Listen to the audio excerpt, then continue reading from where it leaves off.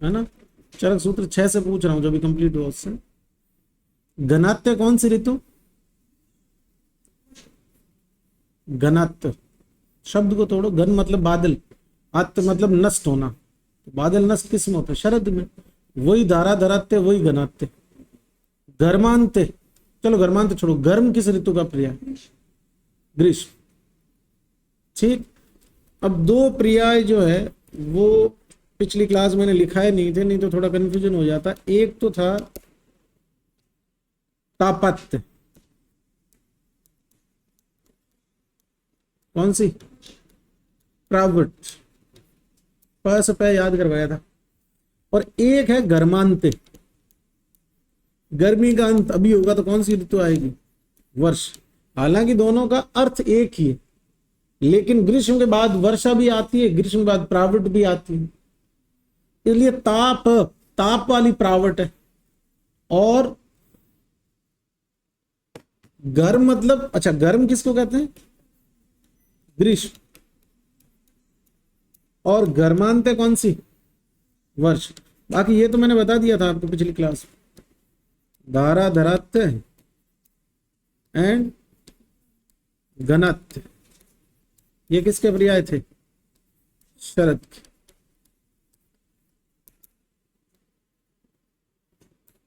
और ये तोषार काल, हेमंत।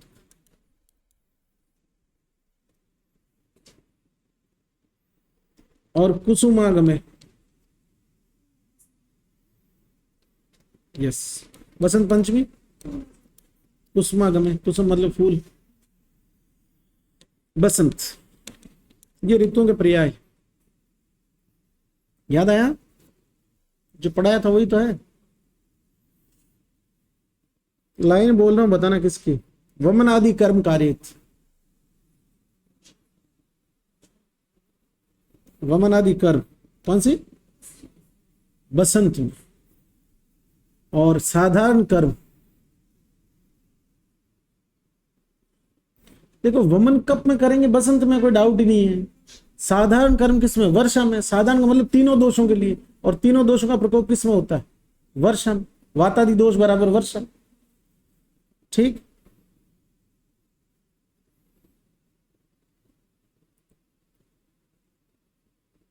अनुभवेत स्त्री नाम, बसंत। और यथेष्ट मैथुन, हेमंत। और मैथुन विरहित, ग्रीष्म। मैथुन का त्याग ग्रीष्म में, यथेष्ट मैथुन हेमंत में। और केवल स्त्री नाम अनुभवेत किस में लिखा हुआ है? बसंत। ठीक। और बोल रहा हूं, बताना। कटु तिक्त कषायानि वातलानि अन्नपानानि, कटुतिक्त कषाय वर्जियेद, सॉरी, कटुतिक्त कषायानि वर्जियेद वातलानि लघु अन्नपानानि, ऐसा कुछ लगेगा। ये कौन सी है? ऑनलाइन वालों बताओ। वर्जियेद अन्नपानानि वातलानि लघुनि, ये थी हेमंत। और कटुतिक्त कषायानि वर्जियेद वातलानि अन्नपानानि लघुनि, ये सी लाइन थी शिशिर। तो जिसमें रस आए वो शिशिर, जिसमें रस आ रहे थे वो कौन सी थी? शिशिर ऋतु।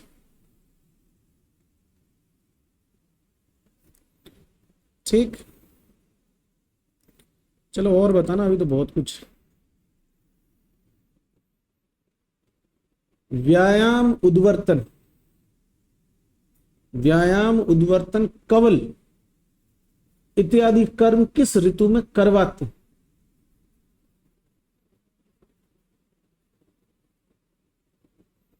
कवल ग्रह नस्य धूमंजन,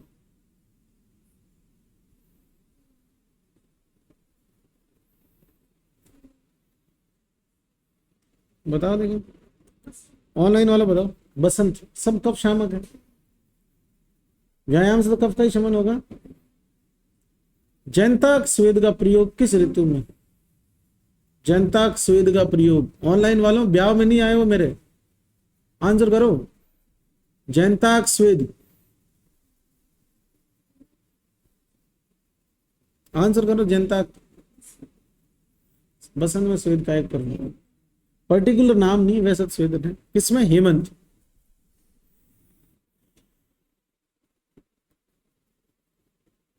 निवात स्थान और गर्भगृह और अधिक उष्ण भूमिगृह इत्यादि का प्रयोग, कौन सी ऋतु?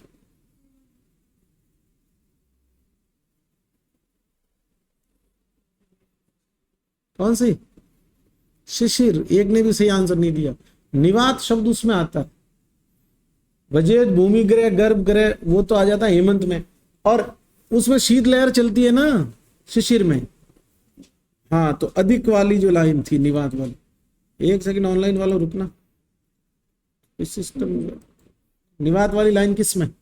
इसी में है।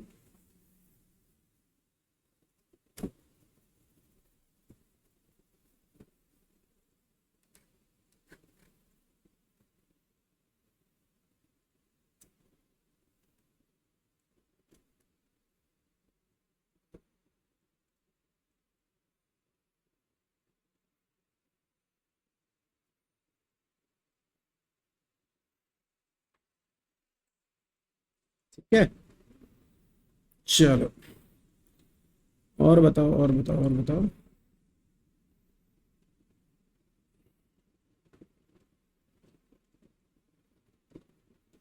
वात वृष्टि आकुल दिशा,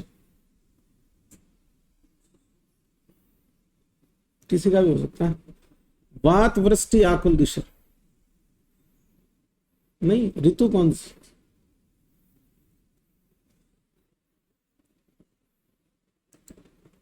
शिशिर। बारिश और हवा ज्यादा। अब उसकी लाइन ऐसे, शिशिरे शीतम अधिकम, है ना, आकुल दिशा, या इधर आता मेघ मारुत वर्षजम, है ना, और पूर्व विधि हेमंत वाले सारे काम करने चाहिए, लेकिन शिशिरे शीतम अधिकम। चलिए ठीक है, सुनिएगा और सुनिए।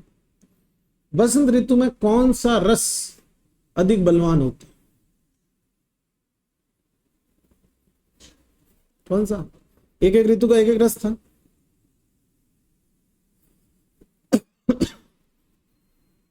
बसंत ऋतु में कौन सा रस अधिक बलवान होगा? कौन सा? ऑनलाइन वालों बताओ, कौन सा? अरे बोलो भाई, कषाय। कौन सा होगा? कषाय। अम्ल रस,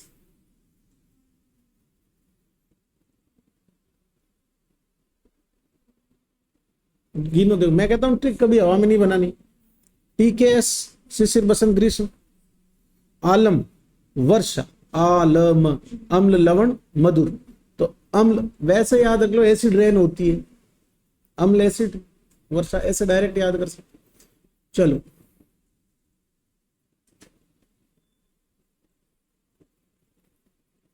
किस ऋतु में बल सर्वाधिक?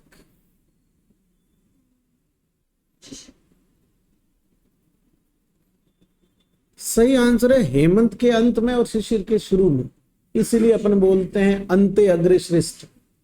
मध्य मध्यम और दौर्बल्य कहां? ग्रीष्म के अंत में और वर्षा के शुरू में। चलिए चलिए चलिए चलिए चलिए चलिए, सुनना सुनना बात को ना, सोच समझ के आंसर करना। व्यायाम आतप वैवायम च अत्र वर्जित। व्यायाम आतप वैवायम च अत्र वर्जित।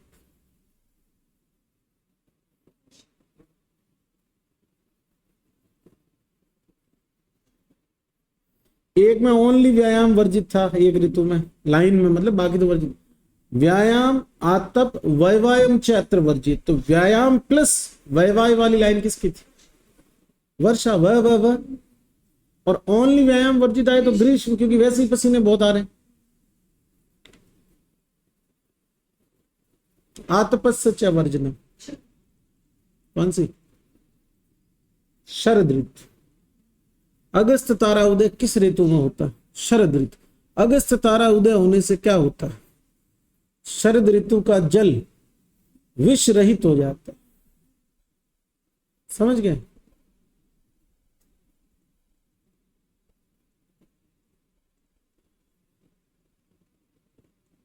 ठीक, चलिए अब शुरू करते हैं अपना चैप्टर, जिसका नाम है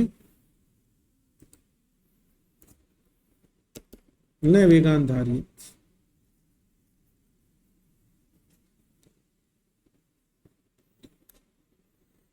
लिखो, चरक बराबर अधारणीय वेग बराबर 13, वाग्भट बराबर अधारणीय वेग बराबर 13, सुश्रुत बराबर अधारणीय वेग नहीं मान।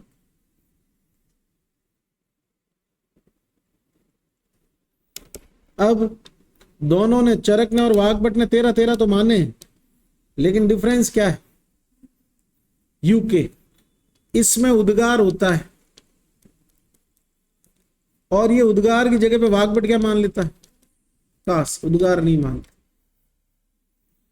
तो वाग्भट ने उद्गार के स्थान पर का, तो चरक का यू वाग्भट में क्या हो गया? के, तो यू के हो गया। चलिए पढ़ते हैं 13 अधारणीय वेग क्या है और वेग किसे कहते हैं। जितनी भी नेचुरल अर्जेज होती है वो सभी क्या है? वेग है। अब इनमें से कुछ अर्जेज जो है उनको, अर्ज का मतलब इच्छा, कुछ इच्छाओं को आपको एक्सप्रेस करना होता है, कुछ वेगों को आपको एक्सप्रेस करना होता है, मतलब उनका धारण नहीं करना होता। धारण करने का मतलब तो अंदर ही रोक लेना।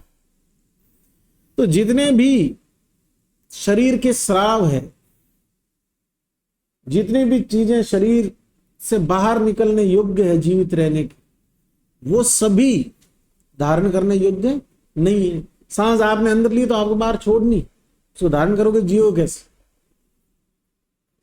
पुरुष, स्टूल, यूरिन, शुक्र, तो इस तरह से 13 ऐसी अर्जेज है जिनको सप्रेस नहीं करना। इनको अपन क्या बोलते हैं? अधारणीय वेग।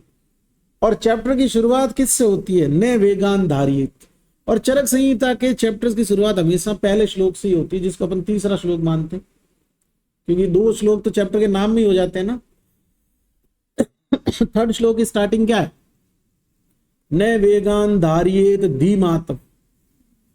बुद्धिमान व्यक्ति को इन वेगों का धारण नहीं करना चाहिए। कौन कौन से?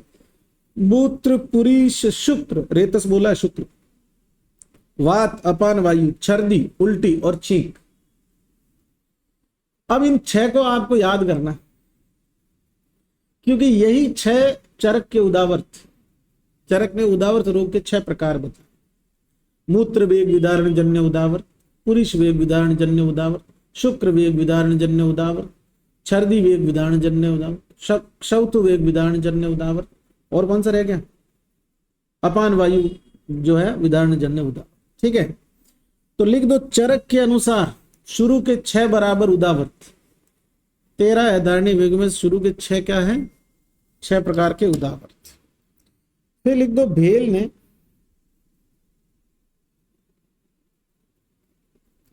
लिख दो, चरक के तो शुरू के 6 हो गए, और सुश्रुत के शुरू के,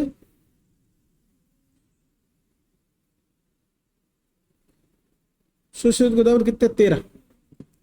सुश्रुत ने वेग तो नहीं माने, पर 13 के 13 वेगों को सीधे एक ही से मान लिया उदावर्त। पर अभी यह याद रखने जैसी बात यह है कि बेल ने शुरू के 4 ही माने, मतलब बेल ने चरक के कंपेयर में क्या नहीं माना? छींक और छर्दी नहीं माना, लास्ट वाले दोनों ये बेल ने नहीं माने, लेकिन चरक ने माने शुरू के 6। तो चरक अनुसार उदावर्त 6, बेल अनुसार 4, और सुश्रुत अनुसार पूछे तो अधारणीय वेग तो बताए नहीं, लेकिन सुश्रुत ने उदावर्त कितने बोले? 13। ये डायरी में लिखे वैसी बातें हैं सब।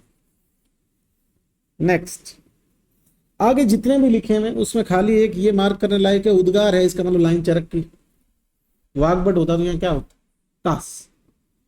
अब थोड़ी सी इंटरेस्टिंग बात है, सुनना। वाग्भट ने 13 प्रकार के भेदों में उद्गार को नहीं माना, लेकिन 13 प्रकार के अधारणीय वेगों का वर्णन करके और उसने उद्गार वेग विदारण के भी लक्षण बताए, वो अलग बात। तो आप अगर ये सोच लें किसी प्रश्न में कि ये तो वाग्भट की उद्गार तो हो ही नहीं सकती, उसकी लाइन तो हो ही नहीं सकती, तो इस गलतफहमी में नहीं रहना। भले ही उसने 13 में नहीं माना, लेकिन लक्षण दिए उसने उद्गार वेग विदारण के, मतलब उसने उद्गार जो कास माना, लाइन जैसे ऐसी लाइन है 13 की, उसमें उसने उद्गार नहीं लिख के क्या लिखा है, कास। लेकिन 13 का वर्णन करने के बाद में काउंटिंग में 14 नहीं किए, लेकिन उद्गार वेग विदारण के लक्षण ऐसे लिख दिए। ठीक, चलिए इसके अलावा क्या क्या है, जरम्बा, फिर उसके बाद क्या है, भूख प्यास, फिर वास मतलब आंसू, और निद्रा मतलब नींद, निश्वास श्रमेण च, श्रमजन्य श्वास का मतलब तुम वहां पर हो कोई फिजिकल एक्सर्शन करके और फिर तुम सांस दबा रहे। ठीक, तो ये सब नहीं करने चाहिए धारण, मतलब अगर उल्टी हो रही है तो करनी है, अगर मिक्चुरेशन की अर्ज है तो यूरिन के लिए जाना है, स्टूल पास आउट करना है, वॉशरूम जाना है, उनको धारण नहीं करना, इस तरह की बात है। विमर्श मेंशन भी है, चरक ने जो 13 प्रकार के उदावर्त बताए, वो 13 प्रकार के जो अधारणीय वेग बताए, सुषुप्त उनको सीधा ही 13 प्रकार है क्या मान लिया, उदावर्त। चलिए नेक्स्ट, अब पहला वेग विदारण मूत्र वेग विदारण, थोड़ा ध्यान से सुनिएगा, बहुत इंपॉर्टेंट लेकिन बहुत सिंपल है।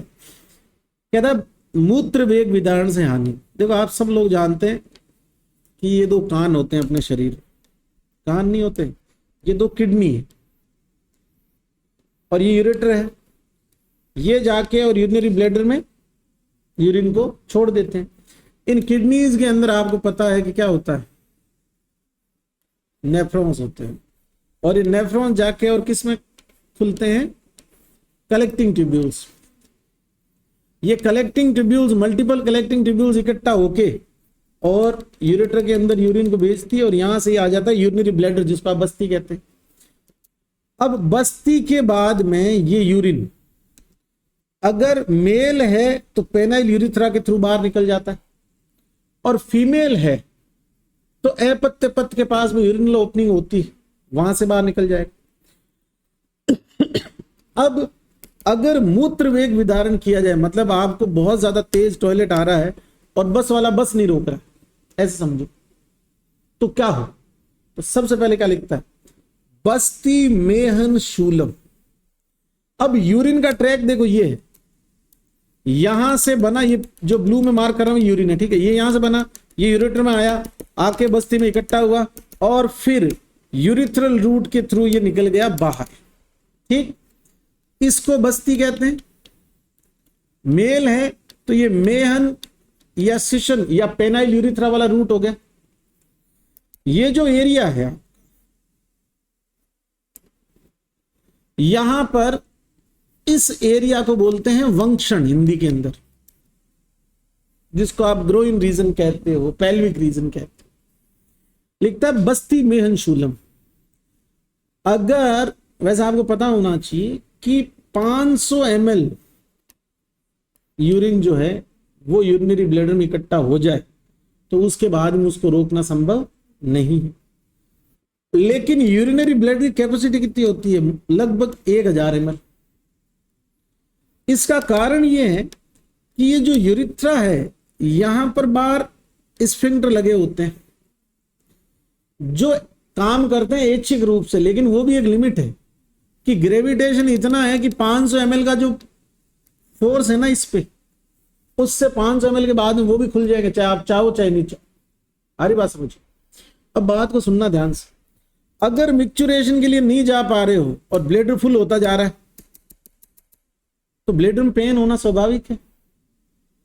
तो बस्ती, फिर इस जगह पर ये जो यूरिथ्रल स्फिंक्टर है यहां पे प्रेशर पड़ेगा यूरिन का, क्योंकि यूरिन का प्रेशर किधर लग रहा है, देखो ऐसे एंगल्स देखो, इस तरह से, ऐसे ही तो होगा ब्लैडर के अंदर 360 एंगल पे, ऊपर नहीं होगा क्योंकि खाली है। बाकी इस एरिया में, ये जो एरिया है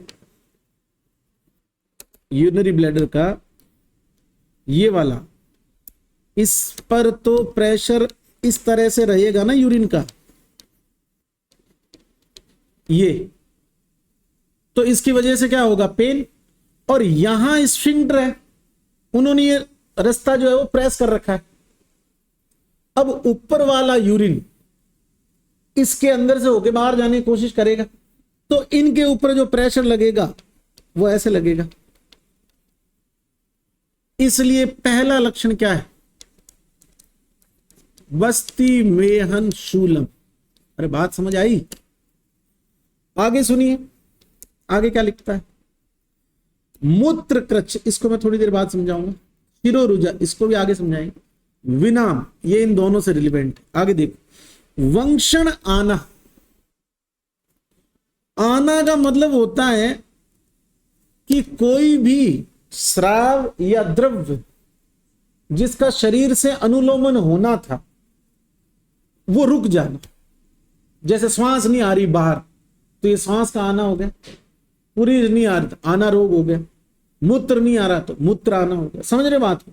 लेकिन कहानी ये है कि जो मूत्र आने के लिए इतनी अर्ज थी वो रुक कैसे रहा? क्योंकि एक लक्षण पड़ा मूत्र कृच्छ, इसका मतलब है पेनफुल मिक्चुरेशन। दूसरा वंक्षण आना, इसका मतलब है ऑब्स्ट्रक्शन कह दो एक तरह से। और इसका कारण है ये जो एरिया है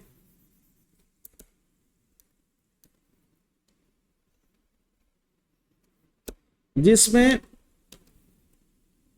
यूरिथ्रल स्फिंक्टर है, इन स्फिंक्टर पर लगातार, ये मस्कुलर ऑर्गन ही तो है, इन पर लगातार प्रेशर होने की वजह से इनमें स्पाज्म आ गया। और क्या आ गई? स्वेलिंग। अब बस वाले ने बस तो रोक दी, आप मिक्चुरेशन के लिए गए, लेकिन एक्सट्रीम पेन हो रहा है और पेन के साथ में यूरिन पास हो रहा है। रीजन बहुत सिंपल है कि एक ल्यूमेन है, उसको कवर करने के लिए बाहर से 2 स्प्रिंग लगी हुई है। और अब स्प्रिंग में और हेल्दी टिश्यू में फर्क क्या है? टिश्यू रिजिड हो जाएगा, हार्ड हो जाएगा। जैसे आप मान लीजिए रोज नहीं खेलते हैं और एक दिन बहुत बैडमिंटन खेल गए, तो ये वाली मसल अकड़ जाएगी सारी। तो वैसी हालत इनकी हो गई। इसलिए ये वाले जो स्फिंक्टर है, ये यहां पर क्या कर देते हैं, रिजिडिटी और स्पाज्म होने की वजह से यूरिन इजीली बाहर नहीं आता। और यूरिन का इजीली बाहर नहीं आना और पुनः लौट जाना ही आना कहलाता। तो पेनफुल मिक्चुरेशन और यूरिन बाहर नहीं आ पा रहा है, अंदर ही जा रहा है, मतलब अंदर की तरफ वापस उसकी गति हो रही।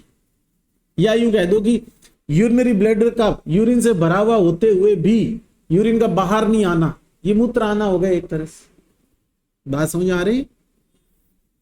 अब इस कंडीशन में ध्यान से सुनना, इस कंडीशन में पेशेंट जितना सीधा खड़ा रहेगा उतना ही ग्रेविटेशन का centre of mass urethral opening पे होगा। इसलिए पेशेंट झुक जाता है। झुकते ही सेंटर ऑफ मास चेंज, तो उसको अच्छा लगता है कि पेन कम हुआ। और इस झुकने को ही बोलते हैं विनाम।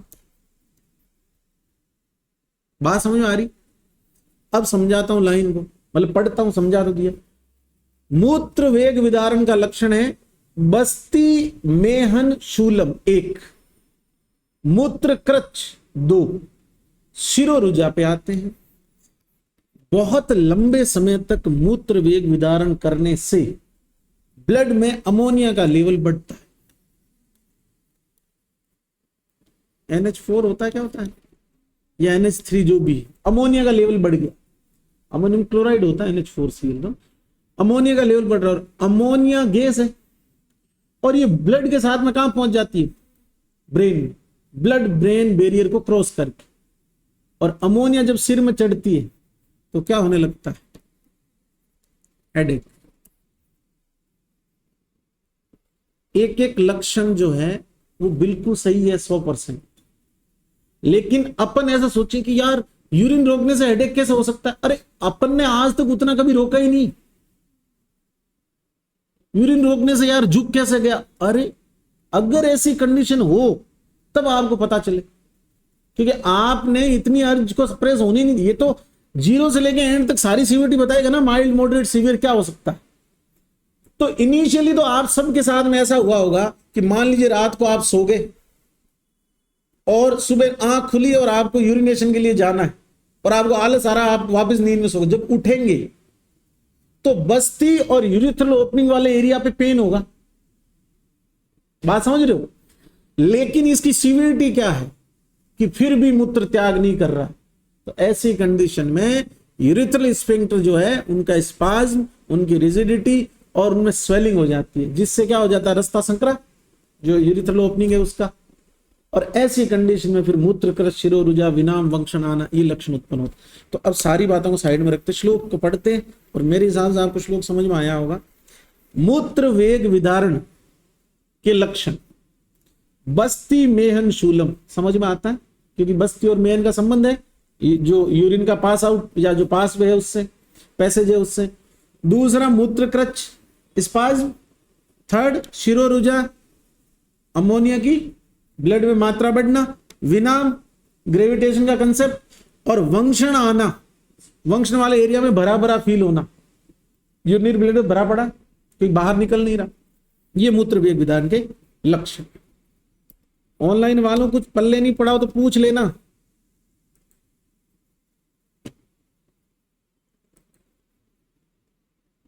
वॉइस क्लियर नहीं है, क्या बात करती।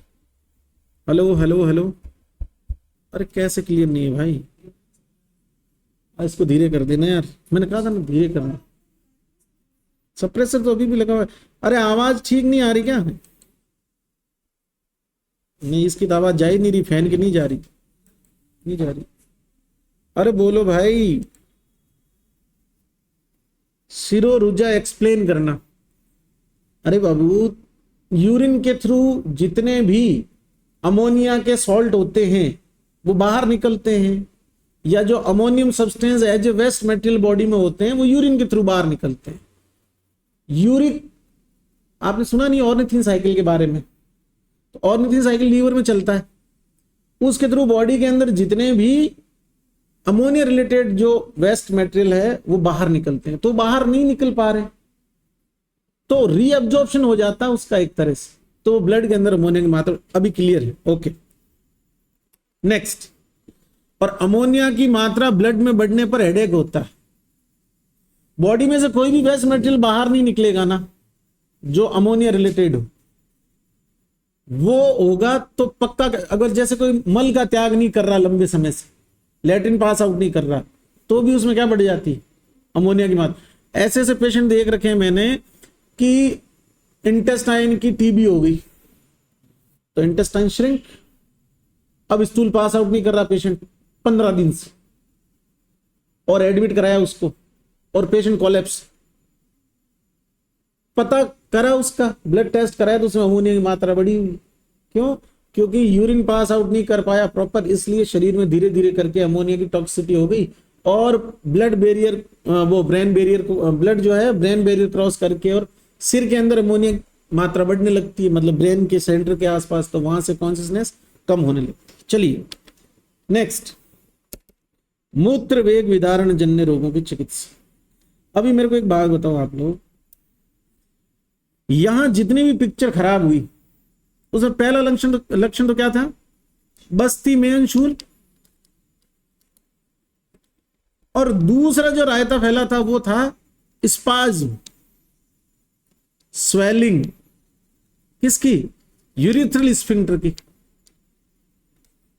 ठीक, यूरिथ्रल स्फिंक्टर की स्वेलिंग, स्पाज्म, और ये मस्कुलर ऑर्गन है।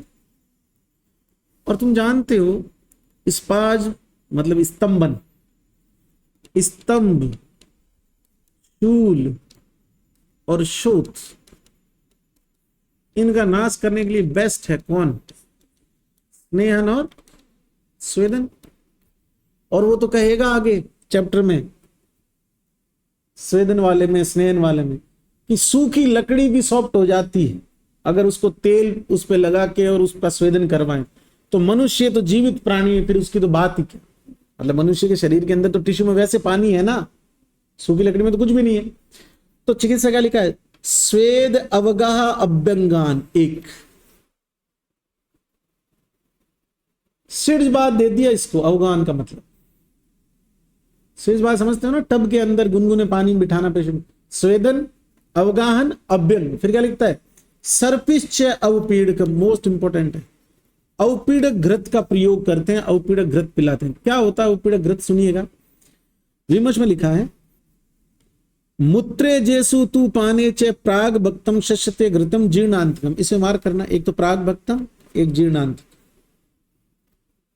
दूसरा च उत्तम मात्रा, नोट डाल के लिखो या डायरी में लिखना। अवपीड़क घृत, इसके संदर्भ में 2-3 बातें हैं। पहले तो कहां काम आ रहा है, मूत्र वेग विधारण में। इसमें स्नेह की कौन सी मात्रा, उत्तम मात्रा में स्नेह प्रयोग। और प्रयोग काल क्या, भोजन से पहले तथा जीर्णांतिकम, मतलब जब भोजन पचने वाला हो तब। तो इसके 2 प्रयोग काल है, 2 बार प्रयोग कराया जाता है।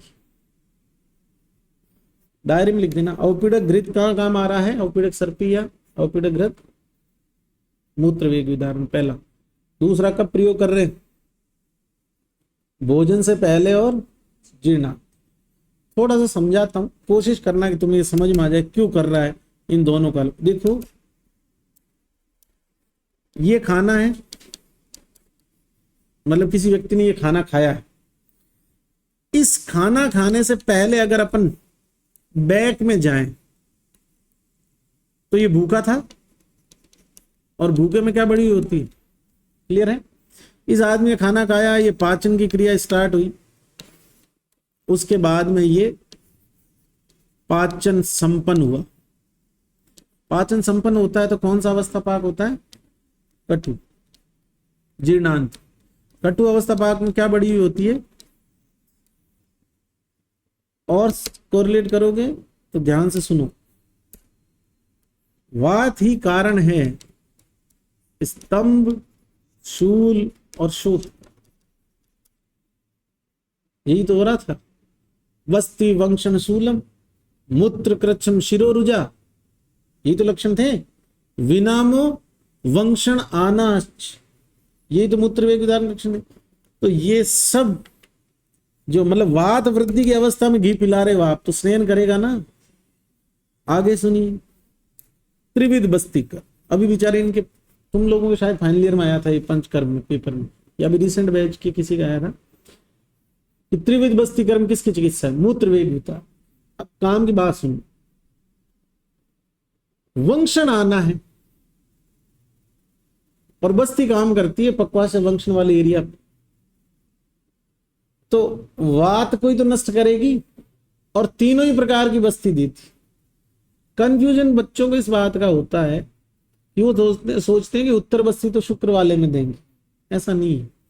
त्रिविध बस्ती, उसमें त्रिविध नहीं देते शुक्र में, त्रिविध बस्ती पक्का किसमें, मूत्र में। याद रहे तो ठीक, नहीं तो फिर वो मूर्खों वाला तरीका ही, मूत्र त्रय से त्रिविध। ठीक, अब श्लोक पढ़ रहा हूं, वापिस सुनिएगा। मूत्र वेग विधारण की चिकित्सा, स्वेद अवगाहन अभ्यंग सर्पिश्च अवपीड़कम। क्लियर है, समझाऊं वापिस, लोकल यूज, इंटरनल यूज। ठीक, और ये दोनों ही काम करेगी, इंटरनल और लोकल दोनों। वंशन पे काम कर रही, और इंटरनल कैसे, बस्ती वीर्यन आदते, तो एब्जॉर्प्शन होगा स्नेह का, तो स्वाद का शमन।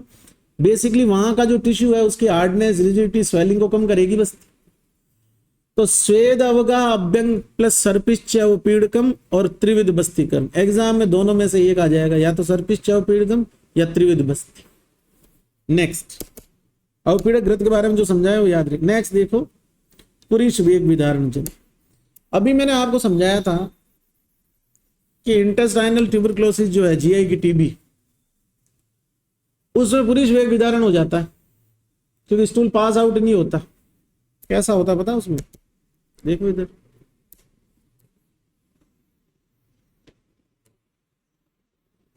ये जो है ना आंत, ये किसी एक जगह से क्या हो गई, श्रिंक होके इसमें ऑब्स्ट्रक्शन हो गया, मतलब ये नेक्रोज हो गई, सूख गई, सिकुड़ गई।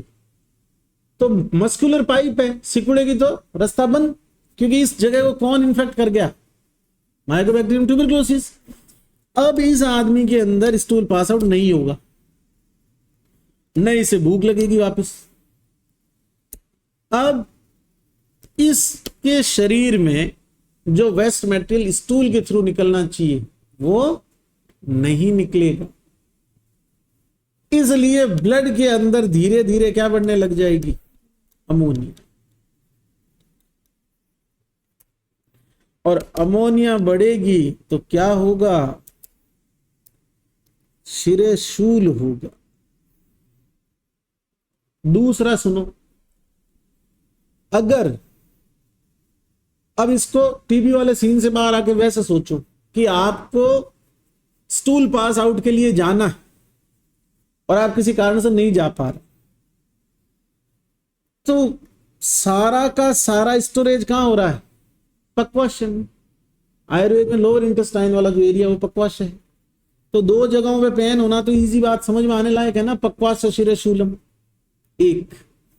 अब जैसा कि मैंने आपको यूरिन में बताया था वैसा ही कंसेप्ट यहां भी है। मान लीजिए कि ये इस पेशेंट का रेक्टम वाला एरिया है, तो यहां पर रेक्टम से आगे आने पर यहां एनल स्फिंक्टर होंगे और इन एनल स्फिंक्टर के आगे एनल ओपनिंग होगी जिससे मल बाहर निकलता है।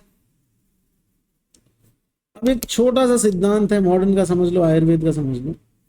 मान लीजिए रेक्टम वाला एरिया ये है ना, बॉडी का most of the water content, micronutrients और ये मैक्रोन्यूट्रिएंट्स, इनका एब्जॉर्प्शन लार्ज इंटेस्टाइन में होता है, जेजुनम, इलियम, इनमें। तो लोअर इंटेस्टाइन तक भोजन आता है, तब तक तो वो ऑलमोस्ट लिक्विड ही होता है। आंत के आखिरी वाले भाग की, मतलब जो बड़ी आंत वाला पार्ट है नीचे वाला, उसमें ही सारा पानी सोखा जाता है। तो मान लीजिए कि किसी व्यक्ति को स्टूल पास आउट के लिए जाना है, वो नहीं गया, और मान लीजिए कि ये जो मार्क कर रहा हूं मैं, ये जो अपद्रव है ये स्टूल था सेमी सॉलिड कंडीशन में, और इसकी अर्ज हुई है मॉर्निंग में 8 बजे और ये जा रहा दिन को 2 बजे, तो 6 घंटे का गैप आ गया। 6 घंटे में जो नॉर्मल सेमी सॉलिड टाइप का स्टूल था उसमें से वाटर कंटेंट का और एब्जॉर्प्शन हुआ, क्योंकि जब तक यहां रहेगा तब तक आंत इसमें से सोखती रहेगी। तो ये बन गया सॉलिड, हार्ड। और अभी स्टूल खुद ही बाकी जीआई में पड़े हुए स्टूल का ऑब्स्ट्रक्शन बनेगा। बात समझ में आ रही? इस कंडीशन में चूंकि यहां पर अब ये मल ग्रथीभूत हो गया, ऐसे बोलते हैं अपन, ग्रथित अवस्था में, तो ये जो ऐसा दिख रहा था अब ये स्ट्रांगली इस दीवार के साथ में इसी शेप का बन के, और इसने यहां पर ऑब्स्ट्रक्शन का काम चालू कर दिया। अब आगे के लक्षण देखो, समझ में आएगा। अगर यहां ऑब्स्ट्रक्शन हो गया तो अब ना तो गैस पास होगी न मल त्याग होगा। वात वर्चो अपरिवर्तन, वर्च मल को ही कहते हैं, और वात मतलब अपान वायु। बात समझ आ रही?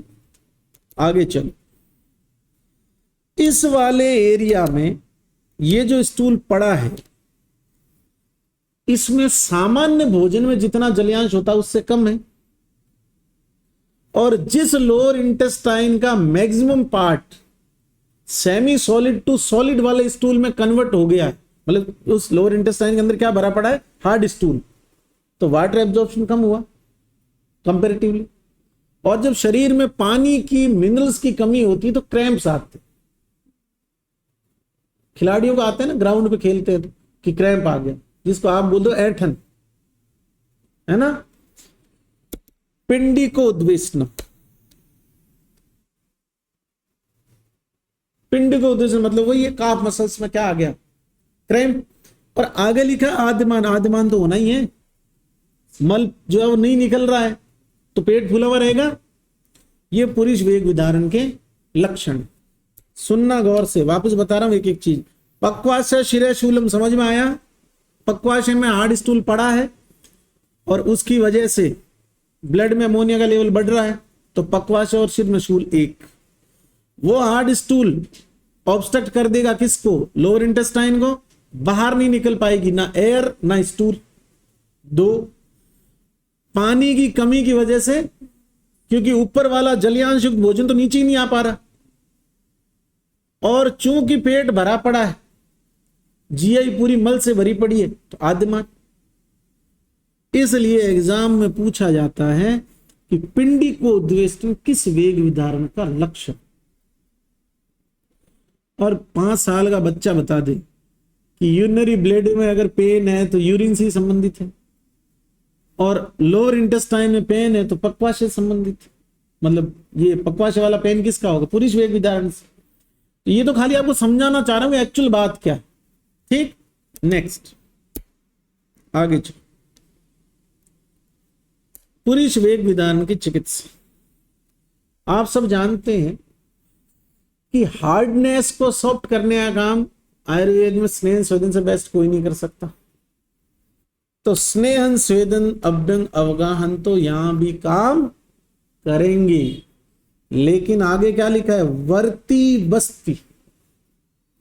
वर्ती सपोजिटिव होती है, टैबलेट जैसी फॉर्म में जो एनिमा की वर्ती लगती है, मतलब जो टैबलेट एनल रूट के थ्रू अंदर पुश की जाती है, उससे क्या होता है? वो गैस्ट्रिक इरिटेंट का काम करती है, और लोअर इंटेस्टाइन की जो इंटरनल एपिथेलियम सेल्स है वहां की म्यूकस सेल्स को ट्रिगर करती है, जिससे म्यूकस सेल्स बहुत सारा म्यूकस का सिक्रेशन करती है। जैसे जुकाम होने पर नाक नहीं बहती, तो यहां राइनो वायरस नेजल म्यूकोज जो लेयर है उसको इरिटेंट का काम कर रहा है।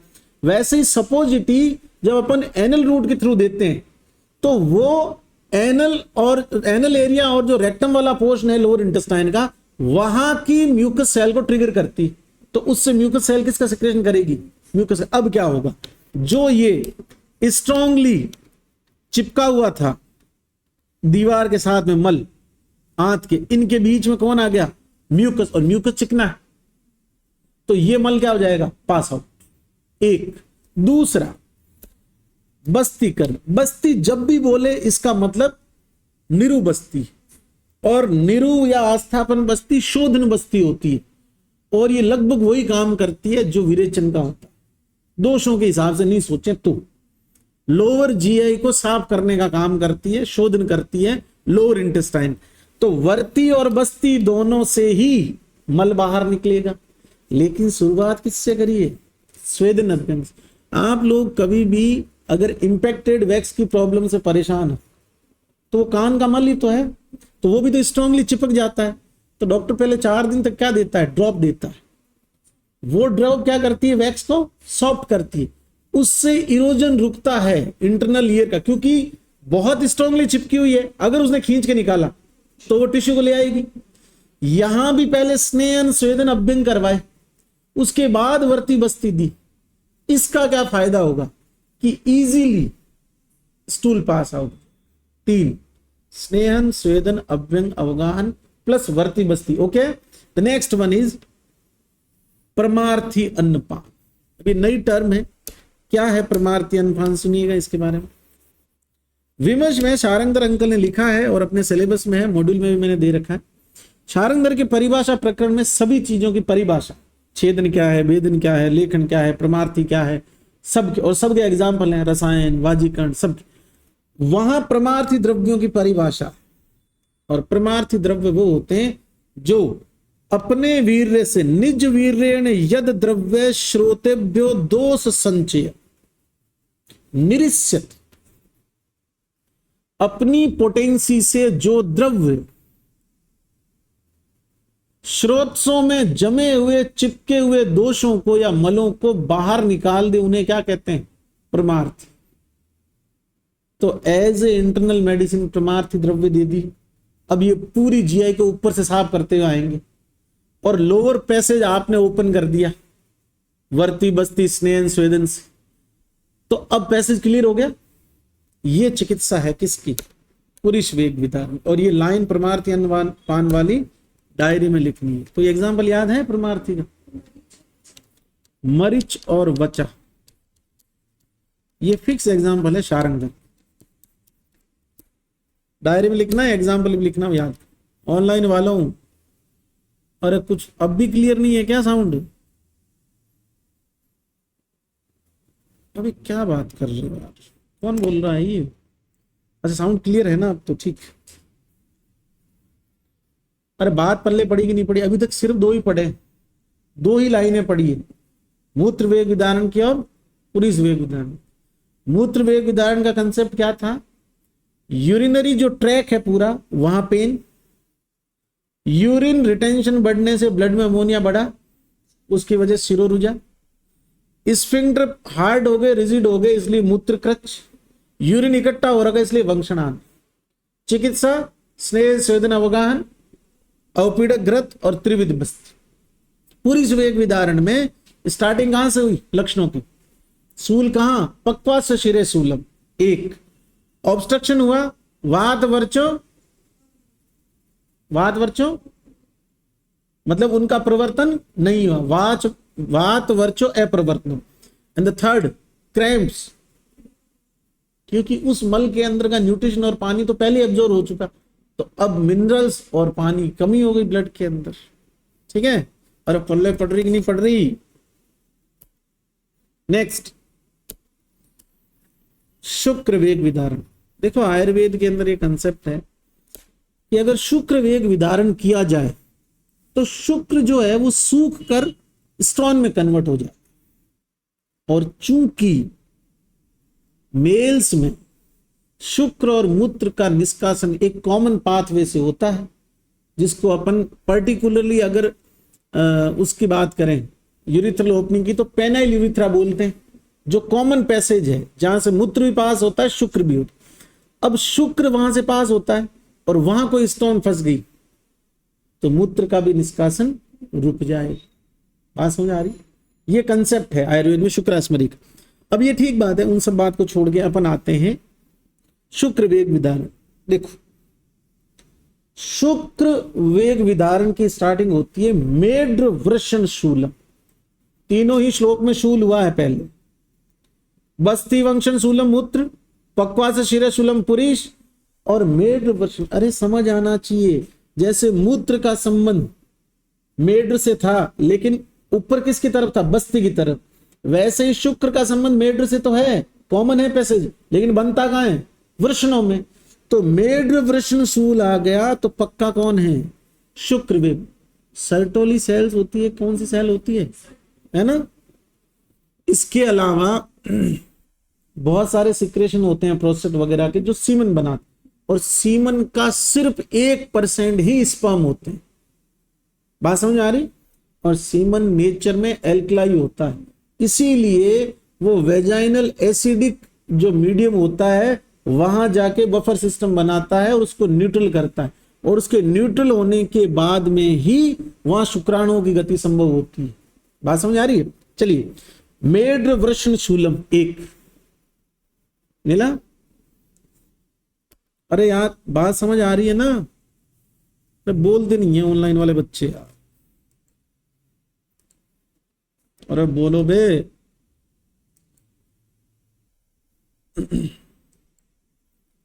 अब सुनो आगे देखो, अंग मर्दो अर्धी तक एक बार छोड़ना, आगे समझाऊंगा। लास्ट लिखा विबुद्धम मूत्रम एवं च। जो जरा सा भी बुद्धिमान है ना वो कभी गलत नहीं करेगा इस प्रश्न कि मूत्र क्रच। मूत्र क्रच का मतलब है पेनफुल मिक्चुरेशन, और विबद्धम मूत्र का मतलब है जो पाथ है यूरिनेशन का वो ऑब्स्ट्रक्टेड है। तो ऑब्स्ट्रक्टेड है तब तो यूरिन का एक्सक्रीशन 0 है बाबू, और इसके अंदर तो पेन के साथ में यूरिन निकल तो रहा है ना। अब ऑब्स्ट्रक्शन कौन करेगा? शुक्राश्मरी करेगी। तो जहां मूत्र का विबद्ध है वो लक्षण किसका है? शुक्र वेग विदार। बात समझ आ रही? और जो मूत्र क्रच वाली लाइन है वो किसकी है? मूत्र वेग विदार। इस वाले वेग विदार के लिए याद रखना, आगे एक और आएगा तब उसके साथ समझाऊंगा। अंग मर्दो हृदय व्यथ। नेक्स्ट, अब चिकित्सा देखो बाबू शुक्र वेग विदारण की। अगर बेसिक फिनोमिना समझ में आ गया तो फिर लाइनें रटने की जरूरत नहीं पड़ेगी। ध्यान से सुनिएगा।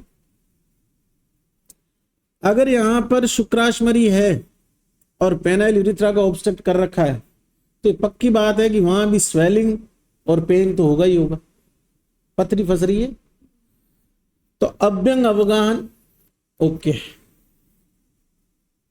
शिट्स बात कह दो, हॉट टब बात कह दो।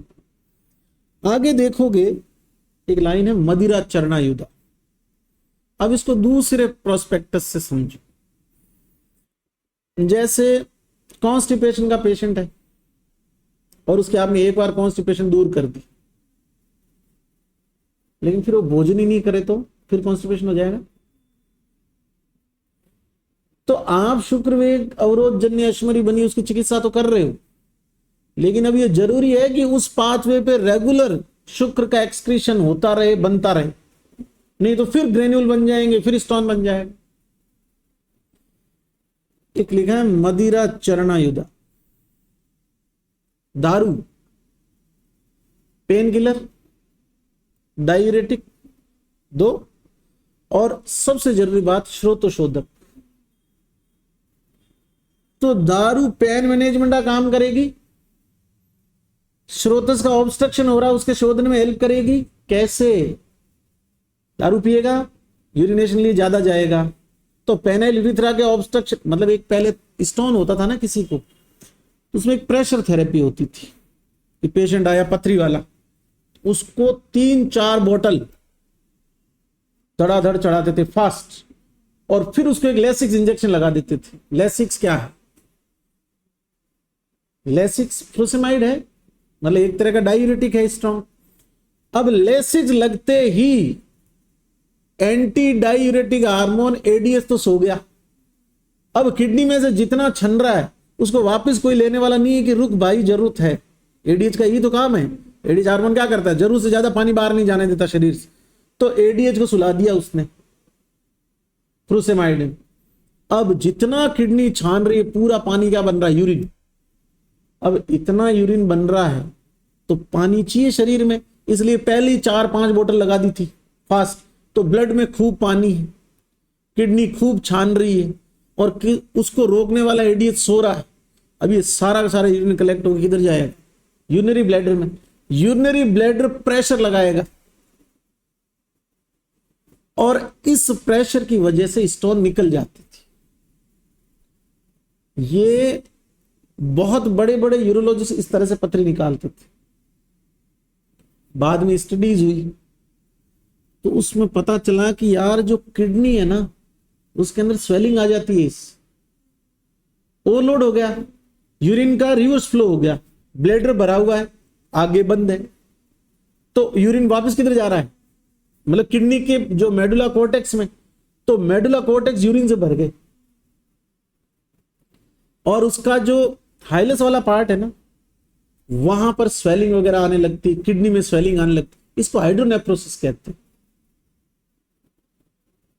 तो प्रेशर यूरिन वाली जो सिस्टम था जिससे स्टोन निकालते थे, उसके अंदर ऐसे ऐसे केस देखने को मिले जिसमें कईयों की किडनी हमेशा के लिए खराब हो गई, इसलिए वो थेरेपी बंद कर दी गई। ये वही थेरेपी है मदिरा चरणायुधा। दारू के अंदर दोनों ही चीज है, बोतल वाली चीज मतलब फ्लूइड बढ़ा देगी ब्लड में, और ऑलरेडी लेसिक्स की तरह काम करती डायूरेटिक। तो खूब पेशाब बनेगा, खूब पानी दारू के साथ पिया जा रहा है। अब इस वजह से जो प्रेशर क्रिएट होगा, एक तो उससे स्टोन निकल सकता है, दूसरा पेनाइल यूरिथ्रा के अंदर यूरिन के अलावा दूसरी चीज क्या आती है? शुक्र। मदिरा चरणायुधा, चरणायुधा बोलते हैं मुर्गे को, और मुर्गा वृक्ष है, शुक्र बढ़ाता है। तो सामान्य का सिद्धांत है कि खाने में अगर शुक्रवर्धक चीजें जाएगी, वृश्चिक चीजें जाएगी, तो शुक्र की मात्रा बढ़ेगी। शुक्र की मात्रा बढ़ेगी तो रूटीन में उसका फ्लो बनेगा। इसलिए अभ्यंग अवगाहन के बाद मदिरा चरणाई। क्लियर है? आगे देखो, दूध और चावल ये भी शुक्रवर्धक है मुर्गे की तरह। भाई 6 धातु का पोषण होगा तभी तो शुक्र प्रॉपर अमाउंट बनेगा। तो ब्रंगन द्रव्य तो दोगे। तो दारू, मुर्गा, चावल, दूध। अब श्लोक में लाइन आ गई कि तत्र अभ्यंग स्वेद अवगाहश्च मदिरा चरणायुध। अब समझ में आना चाहिए कि मदिरा का प्रयोग शुक्र वाले में किया था, और मदिरा चरणायुध ही आना चाहिए हमेशा। जब भी पढ़ो चरणायुध आएगा तो शुक्र से इजी कोरिलेट होगा। नेक्स्ट, आगे क्या लिखा है? आप लोग वर्ष द्रव्य पढ़ोगे ना, तो वर्ष द्रव्य का क्लासिफिकेशन पढ़ो। शुक्र वृद्धि कर, शुक्र स्तुति कर, दोनों। तो ये जो द्रव्य है ना, ये शुक्र वृद्धि कर, ये उपक्रम शुक्र स्तुति कर, मिथुन। शुक्र बना हुआ है लेकिन हार्मोन इंड्यूस होता है इसका सिक्रेशन, तो मिथुन से शुक्र का स्राव हो। बात समझ आ रही? और एक कौन सी वस्तु दी हुई यहां? निरु ओनली। निरु यहां पर वात का शमन करेगी, क्योंकि इस निरु का जो एरिया है जहां पे निरु पुश होगी वहां शोधन होगा। तो रेक्टम वाले एरिया में और लोअर इंटेस्टाइन में से अगर मल बाहर निकल जाए तो ये वाला जो एरिया है ना जहां पेन हो रहा था, मिड वृषण, इस वाले एरिया के अंदर हीलिंग जल्दी होगी। नहीं तो अगर लोअर इंटेस्टाइन में मल बहुत ज्यादा तो उसके प्रेशर की वजह से वो और ज्यादा स्वेलिंग आएगी वहां। तो यहां निरुबस्ती का प्रयोग होता। अब ध्यान रहे कि मूत्र वेग विदारण में त्रिविध बस्ती और शुक्र वेग विदारण में ओनली निरुबस्ती। अब मैं लाइन पढ़ता हूं, जैसे पढ़ी जाती है वैसे। लिखता है अभ्यंग अवगाहन मदिरा चरणायुध। अभ्यंग अवगाहन जो के पेन, स्टिफनेस, रिजिडिटी, स्पाज्म, इनको करेक्ट करेगा, हीलिंग की प्रोसेस को बढ़ाएगा। मदिरा फॉर डायूरेसिस, चरणायुधा शुक्र निर्माण के लिए, शाली और पय शुक्र निर्माण के लिए, निरुबस्ती लोअर इंटेस्टाइन को खाली करने के लिए ताकि प्रेशर कम हो, और मैथुन शुक्र स्तुति, ये चिकित्सा। नेक्स्ट, अपान वायु वेग विधान सुनिएगा।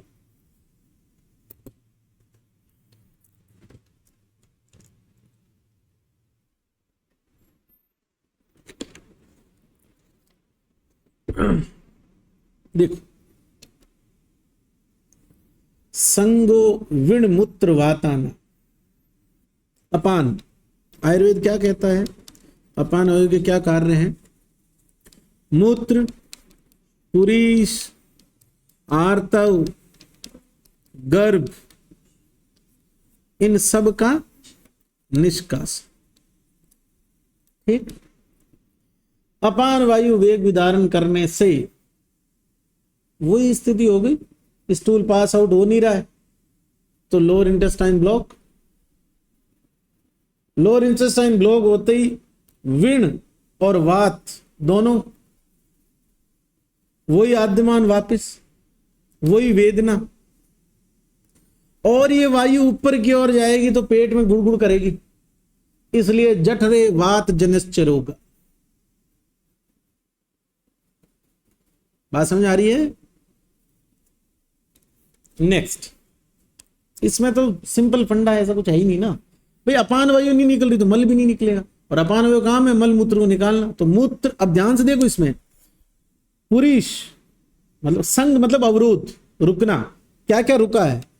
पुरीश, विण, वर्च, पुरीश, मल एक चीज है। विण, मूत्र, अपान वायु, ये तीनों ही नहीं निकलेंगे तो उधर का आद्यमान होना ही है, उस प्रेशर की वजह से पेन होना ही है, और ये वायु ऊपर जाएगी तो पेट में गुड़गुड़ करेगी, इसलिए जठरे वात जान्यश्च रोग, वात जान्यश्च रोग। नेक्स्ट, अपान वायु वेग विधान की चिकित्सा। सुनिएगा, स्नेह स्वेदन, अरे स्नेह स्वेदन से वात का शमन होगा ना, और अनुलोमन होगा। वर्ती, लोअर इंटेस्टाइन में जो स्टूल हार्ड हो गया है उसको सपोजिट देके निकालना जरूरी है, नहीं तो ये कभी भी पास नहीं होगा। ठीक, इसके अलावा देखो क्या लिखता है, बस्ती, बस्ती भी वही काम करेगी, लोअर इंटेस्टाइन को खा। और कैसा भोजन और पान यूज करना है, वात अनुलोम। वात अनुलोमक श्रेष्ठ रस कौन सा, वात अनुलोमक श्रेष्ठ रस अम्ल रस, और वात शामक श्रेष्ठ रस, वात शामक श्रेष्ठ रस मधुर। डायरी में लिखना बाबू।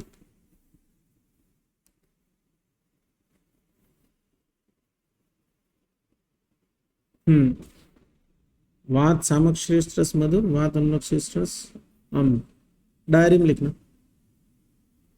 चलिए नेक्स्ट आगे बढ़ते हैं, वमन वेग विधान। आयुर्वेद में एक बड़ा सुंदर सा कंसेप्ट है कि अगर कोई भी व्यक्ति उल्टी आ रही है और उसको रोकेगा तो उसको स्किन डिसऑर्डर हो जाएंगे। तो आप वमन वेग विधान के पास लिख दो स्किन डिसऑर्डर्स या स्किन डिजीज। लाइन की स्टार्टिंग देखो, कंडू कोट मिला, फिर आगे क्या लिखा है, व्यंग, ये सब स्किन की डिजीज है। दूसरी लाइन की स्टार्टिंग देखो, कुष्ठ, विसर्प, और ये न केवल चरक ने, चरक सुषुप्त वाग्भट सबने यही कहा। इवन आप, ये तो सर्दी की बात कर रहे हैं, इवन आप पंचकर्म में देखोगे कि वमन का अयोग हो जाए, मतलब उल्टी सही से नहीं हुई तो भी चमड़ी खराब हुई। इसका कारण है कि अगर कोई पॉइजनस चीज बॉडी के लिए जो है किसी भी एंगल से वो अंदर गई है तभी तो शरीर बाहर निकाल रहा है। अब अगर आपने उल्टी नहीं की तो वो चीज एब्जॉर्ब होगी, और जो चीजें एब्जॉर्ब होती है वो ब्लड में जाती है। अब ब्लड में टॉक्सिन जाती है, सबसे पहले असर कहां आता है, इसके। सो कंडू कोट, अरुचि, व्यंग डॉट डॉट डॉट, ये भी स्किन डिसऑर्डर, और कुष्ठ, अल्लास, विसर्प, है तो भी स्किन डिसऑर्डर। नेक्स्ट, विमर्श में वाग्भट सुश्रुत सबकी लाइनें पढ़ी है। नेक्स्ट, वमन के वेग रोकने से उत्पन्न व्यापनों की चिकित्सा। अब मेरी बात सुन, खून के अंदर कचरा चला गया, बेसिकली ब्लड में टॉक्सिन चले गए, और अभी स्टमक के अंदर बहुत सारी मात्रा में ऐसा कचरा पड़ा है जो भी एब्जॉर्ब होना बाकी, लेकिन उसमें से मेजोरिटी में एब्जॉर्ब हो गया, लेकिन कुछ तो फिर भी पड़ा होगा, तो कम से कम उसको तो बाहर निकालें। तो उसके लिए क्या करना पड़ेगा, पेशेंट को खाना खिलाओ और बोलो अब उल्टी कर, तो खाना खा के उल्टी करेगा तो एक तरह से स्टमक वॉश हो गया। तो भुक्त्वा प्रच्छर्दनम, भोजन करवा के उल्टी। एक दूसरा, जितने भी शोधन उपक्रम है वो सब बॉडी से, अरे पंचकर्म को डिटॉक्सिफिकेशन ऑफ बॉडी कहते हैं। तो रक्त मोक्षण से रक्त की शुद्धि, समझ रहे हो। और नंबर 1 पे कौन सी धातु, रस। नंबर 2 पे कौन सी, रक्त। रस जानाम सर्वानाम लंघनम परम औषधम। यहां रस ही तो दूषित हुआ है, तो दूषित रस को शरीर कह रहा है एब्जॉर्ब उससे पहले बाहर निकाल दूं। इसलिए बेचारी एब्डोमेन मसल्स, इंट्राकोस्टल मसल्स, स्टमक सब यूं कर रहे हैं कि निकल बाहर, और वो मुंह बंद कर लेकिन नहीं निकालूंगा। तो रस धातु की चिकित्सा हो गई लंघन से, रक्त की चिकित्सा हो गई, और रक्त धातु की चिकित्सा इससे भी तो होती है, विरेचन से। और रस धातु की चिकित्सा रुक्ष, अन्नपान, व्यायाम और धूम से भी तो होती है, क्योंकि जो कफ की चिकित्सा हुई रस की चिकित्सा। तो बेसिकली वमन वेग विधान से 2 चीजों में गड़बड़ हुई, रस धातु गड़बड़ बनी, उसको रोका आपने तो रक्त दूषित हो गया। रस और रक्त की चिकित्सा है, और जो अभी पड़ा है उधर में उसको बाहर निकालो। तो रक्त वमन वेग विदारण या छर्दी वेग विदारण की चिकित्सा है भुक्त्वा प्रच्छर्दनम 1, धूमपान, व्यायाम, रुक्ष, अन्नपान, लंघन 2, ये रस से संबंधित हो गए, और रक्त मोक्षण विरेचन ये रक्त से संबंधित। क्लियर है? प्रश्न आ चुका है कि लंघन चिकित्सा है किस वेग विधान। इस विमर्श में सुश्रुत की एक बहुत प्यारी लाइन दी हुई है। उसने जब वमन वेग विधारण या छंदी वेग विधारण जन्य उदावर्त बताया तो उसकी चिकित्सा में लिखा क्षार लवणम उपेतम अभ्यंगम, क्षार और लवण को मिला के इसका अभ्यंग करना चाहिए। चिकित्सा है किस वेग विधारण की? छर्दी वेग, सॉरी सुश्रुत। वाग्भट की आप अलग बता रहे हो, वो है हरिद्रा माक्षी इत्यादि की जलों का मार्ग है ना, वो ये नहीं। सुश्रुत की लाइन है उत्तर तंत्र 55 में लिखी हुई है।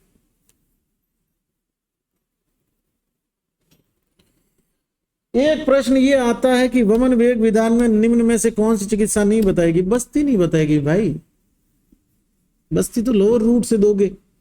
उससे अच्छा तो क्या है? उल्टी है ना, उससे अच्छा रक्त मोक्षण। ठीक, विरेचन भी उससे अच्छा, पता है क्यों? ऊपर वाली गंदगी को नीचे लेके जाएगा ना, पूरी को बाहर निकालेगा। तो बस्ती जो है वो इसकी चिकित्सा में वर्णित नहीं। ये डायरी में लिखना क्षार वाली। नेक्स्ट छींक, यहां से पढ़ेंगे कल, क्योंकि उस वाले बैच का टाइम हो गया। ये पढ़ के आना कल, सिर्फ 6 श्लोक पढ़ाए, 6 या 12 श्लोक, 10 श्लोक। उसका कारण ये है कि ये रटना नहीं है, ये एक बार समझ में आ जाए फिर खेल खत्म। और अब याद करोगे ना तो आसानी से याद होगा।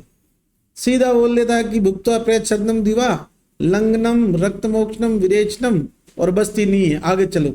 तो फिर ये नहीं समझ आता कि इसमें क्यों नहीं है, ये क्यों है। ठीक, तो जैसे समझाए वैसे समझना, लेकिन फिर श्लोक को पढ़ना कि पहचान से। ठीक, इसके आगे पढ़ के आना कल। अब मॉड्यूल वाले बैच में चलते हैं।